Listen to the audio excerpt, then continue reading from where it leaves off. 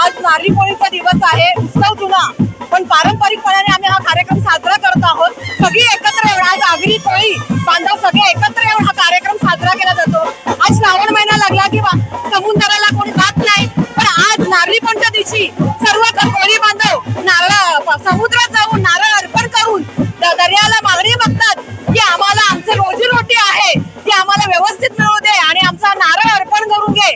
म्हणून आज आम्ही सगळे आगरी कोळी लोक आज एका उत्साहाने अख्खे गाव आमचं पूर्ण निघालेलं आहे आणि हा नारळ आम्ही अर्पण करणार आहोत आणि सगळ्यांना सुखी समृद्धी नांदो दे ही प्रार्थना करणार आहोत। सगळ्यात पहिला मी नारळी पौर्णिमेच्या सगळ्यांना शुभेच्छा देते कारण हा पारंपरिक वर्षाचा सण आहे आणि हा सण आपण बघतो कसा साजरा होतो। आमचे नवरे वर्षभर समुद्रामध्ये जातात आणि त्याच्यावरती संकट त्याच्यावरती भात हा समुद्र करतो आणि त्याला शांत करण्यासाठी आपण त्याला नारळ लावतो आणि परंपरा वर्ष चालू आहे आणि त्याची आपण परत प्रत्येक वेळी साजरा करतो आणि देवाच्या